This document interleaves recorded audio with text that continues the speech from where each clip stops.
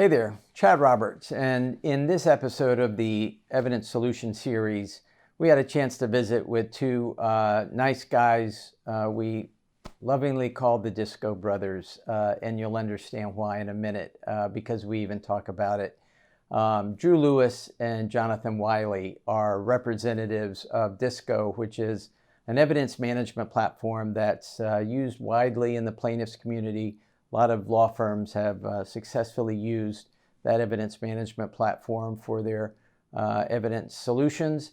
And we had a chance to catch up with Drew and Jonathon at AAJ Winter in New Orleans. We thought it would be a great idea at the time to do our visit in the exhibitor hall near their booth, which turned out to have a lot of challenges for production values because it was really noisy and sometimes a little difficult to get them both in focus at the same time.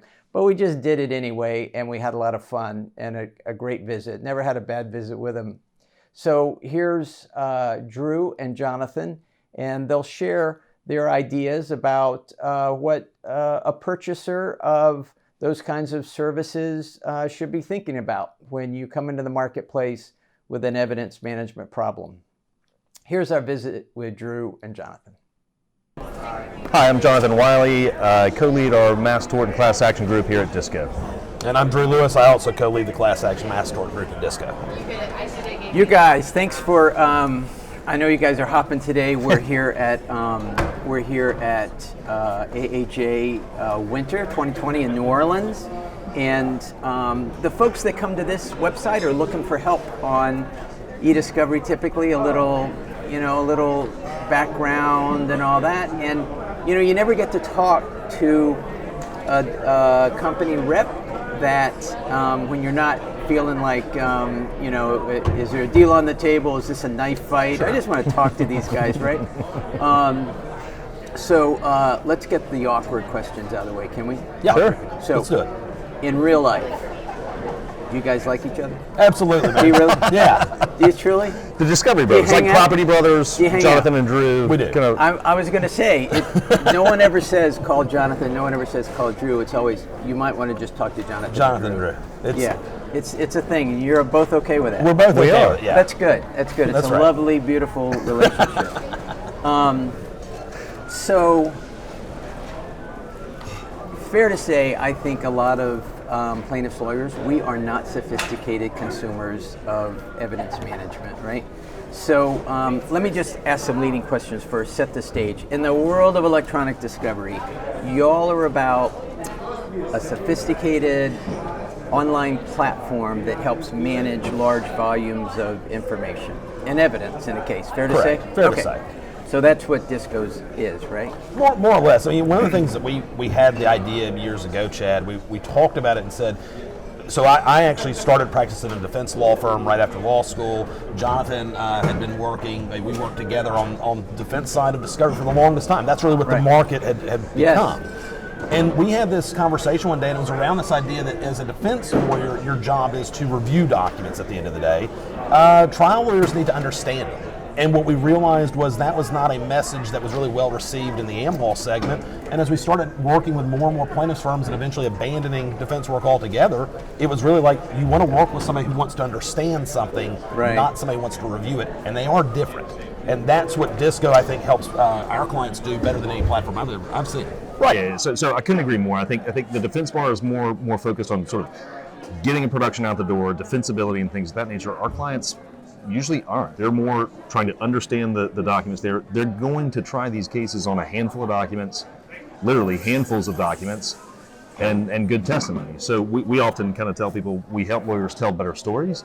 And the way we do that is helping them understand the documents and find the handfuls that they're actually going to use demonstratively to prove up their case. So, I don't know about you, but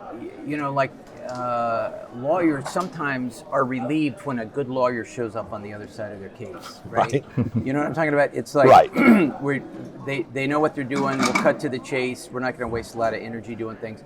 And in a certain sense, I suspect that sometimes y'all like it when you have a really sophisticated consumer of your product. It's easier to just talk it. It's just easier, right? So you like sophisticated purchasers of informed consumers of this. But the deal is, we don't all have time to become, wonks at this. What, for someone who's just coming to this decision about, I need to maybe select a platform or select a system, what would you tell them how to prepare, how to get ready to make the decision? What information do they need to collect? What's relevant to where the first time they're talking to y'all, you can have a meaningful discussion about it. How to become an informed consumer. Yeah, sure. Well, to kind of change that up a little bit, I would say that sometimes the less sophisticated kind of person who's seeking knowledge, what a great person to work with. They've identified that they have a problem, a lack of understanding, and they come to us to try to improve. And I will tell you, when we show them what's possible, it's often like a magic trick, as opposed to that really sophisticated buyer who often comes somewhat with preconceived notions. Kicking the tires. Exactly. They're kicking tires and they're somewhat skeptical because maybe they've been burned in the past or what have you. So sometimes when we get that more kind of neophyte buyer, for lack of better terms, who is trying to understand what's out there, what's actually possible in the market from a software and services standpoint, when we show them what's out there, it really is kind of a light switch moment. Yeah. And then you couple that with some of the work that Drew can do and that you do as well, Chad, of kind of helping people from an advocacy standpoint of how to navigate the e-discovery waters, and then couple that with technology. Sometimes that's a really good marriage. We enjoy those clients. Yeah. Well, I remember a mentor to me early in my career, he once said that the ultimate job of a lawyer is to help his or her client know what they don't know. And I still like to think of that same relationship. When somebody comes to me, I want them to know what they don't know. And my advice to them, if they're out looking for options like ours, you have to understand what's out there. You have to understand what's real, what's smoke and mirrors, what's just sales talk, what's the real stuff. And unfortunately, it's not in the vendor's best interest to go out and do that. Right. But I think that when the lawyer comes to the table saying, I know I have a knowledge gap, help me fill that knowledge gap and not just make empty sales promises, but say, help me understand what's going on here. We love that. That was, again, one of the earliest reasons we wanted to stop working in the defense world. Was like, it was hard to make a difference. Nobody wanted your help. Right. They already knew how to do it. And then you work with a 3-person, Ketam shop in Atlanta, and you're able to help them do things they've never been able to do, and it transforms their practice. It's very personally rewarding to watch that happen.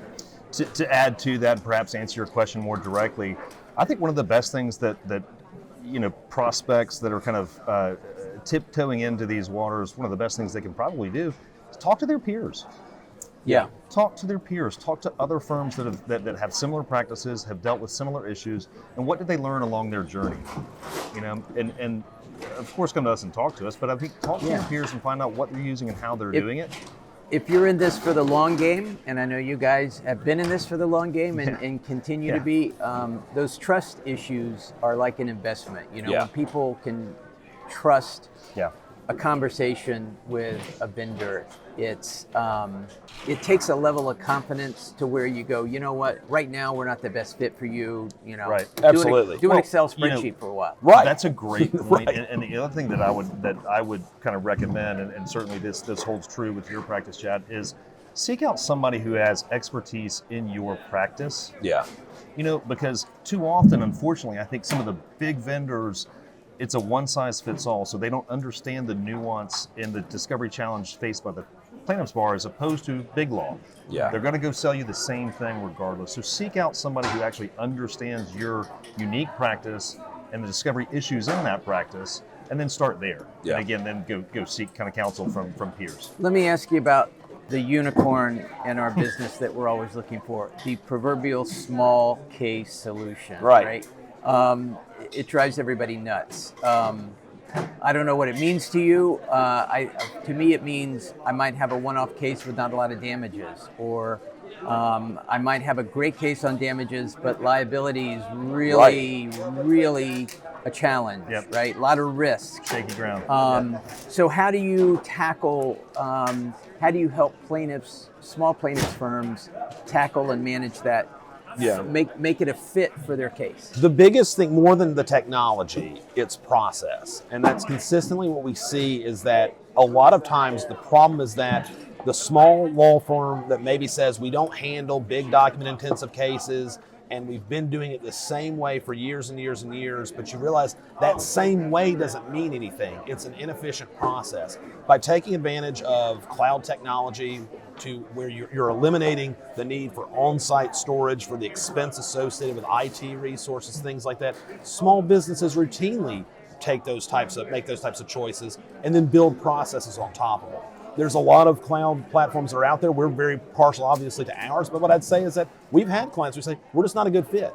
We'd love to work with you, but the reality is we offer a solution that's really, it exceeds the value of your case. Right. And I'll tell you, Joe, I don't think there's anything better to say to somebody than that, because it'd be way easier to say, sure, let's sign up, see how it goes. Bad experience. You get burned, and you end up feeling like, man, I thought those guys I can trust them, but they're just like everybody else. And so at this show, we met with some people who have, maybe a tractor trailer practice that doesn't lend itself to heavy document review. That's okay, because we also make cloud-based tools for things like depositions, and now we can have a different conversation. So a boutique firm in Houston, Texas, Cameron Sibley, they were using, at the time, all the same usual suspects, the relativities, the concordances, the summations, you name it. And they were using it. They basically said, these platforms all suffer from kind of these common defects. They are very difficult to use. If you think about in the kind of the earlier days of discovery, you had to have a project management team with a vendor who was going to do everything for you. You simply couldn't do it, and bill you for the privilege of doing it. They were also all built on old computing models, which was the private data center where I've got all my hardware in there, and I'm gonna be my own data storage company. The cloud was clearly where everything was going to move, and they said, we're going to build something that's cloud native, not port it to the cloud like Relativity and others would do, but cloud native, and build it on cloud infrastructure so they could auto scale, they could get as much computing power, because what he wanted it to be, aside from simple to use, lightning fast. Right. And our CEO is very passionate about it. As a former practicing lawyer, talks about that we have world-class engineering, but as a company, a deep love and respect for the law, and that's clear.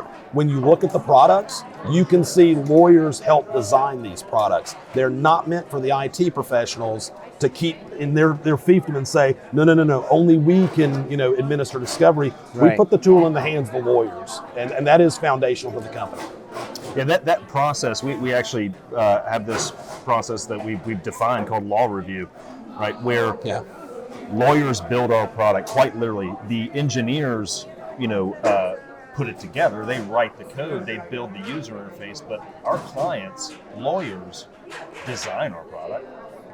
Our product quite literally is built by our clients. We have a variety of clients here at AAJ that have been roaming around all weekend long. Giving you input. Have been instrumental. No. Have come to Austin on site and said, this is what it should do. Don't make it do that. Don't make it do that. That's right. They participate formally in our law review design process. Several. So quite literally, the product is built by lawyers, by our clients, and even prospective clients in some instances where we bring them in. And it helps us, it keeps us from getting too far down the road to deliver a product that has missed the mark in one way or the other. Right. It helps us build a user interface that says, all right, well, yes, that solves the problem, but gosh, it's really hard to do. I don't think our people would ever use that. Yeah. What we see in other softwares is, absent that process, that law review process, we see software that looks like it's just kind of been added onto a bunch over and over and over and over again, and it begins to look kind of cluttered and clunky and a little bit hard to use. So by bringing our clients in and actually having them really design the product, we're confident that when we deliver, when we ship, it's a product that they will use that solves the problems that they actually have. You've whiteboarded their issues. Yes. That's correct. Wow. Collectively with them. It's actually, Chad, I think that if people understand the Disco story over time, to hear you say that, one of the things we talk about internally is the inventor spirit. We hire people who have the inventor spirit, and there's even, it's an ethos. It's, we observe sharply, spot the issues, and then you come up with original solutions to it. You don't have to make incremental improvements to how we already do it. You can say, what if we just did it in an entirely different way and said, that's the better way? And that was part of what drew us. We initially evaluated. Our pricing model is a perfect example of that. Yeah. How do we have a pricing model that's plainer friendly? We listen to the problem. We listen to the clients. They were struggling with unpredictable costs that go up and down each and every month. They never know what their bill is going to be. What if you got a price tomorrow? Well, you knew what it was going to be before you get your bill. Yeah. Right. These lawyers are doing contingent litigation. Not only does it have to be, competitive, it has to be predictable. They have to budget on it. And so, first order principle, how do we solve that problem? Forget how others have done it. Forget how even we did it in the past. How do we build a fee arrangement that works for this side of the bar? Yep. Cool. Yeah. So I'm gonna, at the beginning of this, I'm just gonna have to tell people we're in a mosh pit here. Yeah. Dude, it's loud. It's loud. You want me to yell, be quiet, everybody? No. It's real. Maybe it adds to the buzz. What else would be a good topic to talk about for someone coming to a website that wishes they could talk to a vendor in a relaxed way and not, from the bleachers, creeping you on the internet. Right. What would you want them to know? I'll tell you that the number one thing, and this even goes back to days of active practice, and you see this, I'm sure, a lot. Stop believing you're trying to convince yourself that you can ignore the electronic information in cases. I think that's one thing that you'll see is almost the knee-jerk. I don't have doc-intensive cases. I'll oftentimes probe a little and say, well, how do you know that? And it's like, well, because I have a playbook and this is what I ask for. And then you start talking and said, well, have you ever thought about asking for this and this and this? And they say, well, why would I ask for that? It's like, because you're not keeping up with how businesses are operating, right? You don't realize what the bad guys are doing. You need to have better understanding of how technology and the corporate enterprise has evolved. And candidly, most people who are trial lawyers, I think, admittedly, why would I keep up with that? Why do I care what people are doing? You just can't. It's hard enough to keep up with your own preemption issues. And, You're trying to be a full-time practicing attorney. You can't be an expert on Slack and tools like that that are running rampant in organizations. Faster than... And they're not being put on discovery requests. That's why I think your role is vital, because the defense bar has a Chad Roberts, and many others on staff. Very scary. Yeah, right. On staff, at the ready, in the holster, loaded and ready to shoot. So, with kind of your practice and what you do for the plaintiff bar is highly valuable. We were talking about this as we were setting up, and typically what we see is that my counterpart never shows up until I show up. Right. And they don't want you to know who that pulls a knife first. Right. It would if they can get through an ESI protocol without making you think I'm outgunned, I'm overwhelmed. You just think you're talking to your, but they're there. Your defendant counterpart. He must know as much as anybody, I guess. He's just an all shucks lawyer too. He's just an all shucks lawyer like me. But every big firm has a full-time group. They do. Yeah, a department. Yeah, a department. And full timers, and usually when we show up, they show up. Right. And it's always usual list of suspects. We know good and well. Not only do they have a department, they are actively working against the plaintiff bar. I shared a blog recently. I think I may have shared it with you. Drug and device lawyer out there writing a blog about how to turn the tables on plaintiffs in discovery, really openly blogging about it to his peers, saying, this is how you screw the plaintiffs, here's how you turn the tables on them and make it so expensive. It's almost kind of a quid pro quo type thing. They really do. They are trying to make it difficult. Couple that with kind of their hired gun experts that are in-house, and it's difficult. It really is. I mean, the forces are against us on the plaintiff side, so having advocates, and certainly we would love to help, but yourself as well. So you guys are great members of our community, plaintiffs community, and you do a lot for the plaintiffs community, and we appreciate it. And a lot of outreach, you support a lot of education, and it's appreciated. Where do you go next? You guys hit the road. Yeah, we're kind of living on the road post January. So later this month, we'll actually be at the Masters of Mass Torts conference. Which one? That's the one in Cancun. Archer, Mexico, I think, is the lead sponsor of that. Of course, Mass Torts Made Perfect. Mass Torts Made Perfect. Yeah. And we are absolutely thrilled about AJ Annual in July, right before the DNC. We've got our booth already picked out. We got that all squared away. Like we are, every time we get to come around this group, what I like about this is the first time we went to an AJ one, we'll oftentimes share the story of like you hear some of the speeches and the keynotes, and you realize it's very rewarding for us because it's easy when you sit in a defense law firm to kind of vilify the other side and act like, oh, their motives are impure. And certainly there may be some in this world who aren't, but the people that we meet here, we believe in the same thing, what we're doing. Right. And it's awesome. It's one of the most satisfying things I've ever done in my life. Yeah. I'll tell you, to be a part of, I mean, we anecdotally kind of refer to it as discovery with a purpose. Yeah. The fact that we get up every morning and get to work with these trial lawyers on some of these cases that actually matter. Whether they're mass torts of people that have been harmed all over the country. Right. Deeply harmed, or whether they're even like consumer protection type cases and things of that nature. I mean, the fact that we get up and get to do this work for and have some small part of these outcomes. Our clients have vital signs. You better believe it. Yeah, it's incredible, and it's so cool. rewarding to get up and do it, and to come to AJ and do it is fantastic. We also kind of travel the circuit with the JP Mel hearing, so we'll be at all those along the way as well. So you guys stay in touch, and thanks for all your outreach and support. Thank you, Chad. Of everything, and keep up we'll the see good you on work. the next one. Keep up the good fight. We'll do it. Thank you.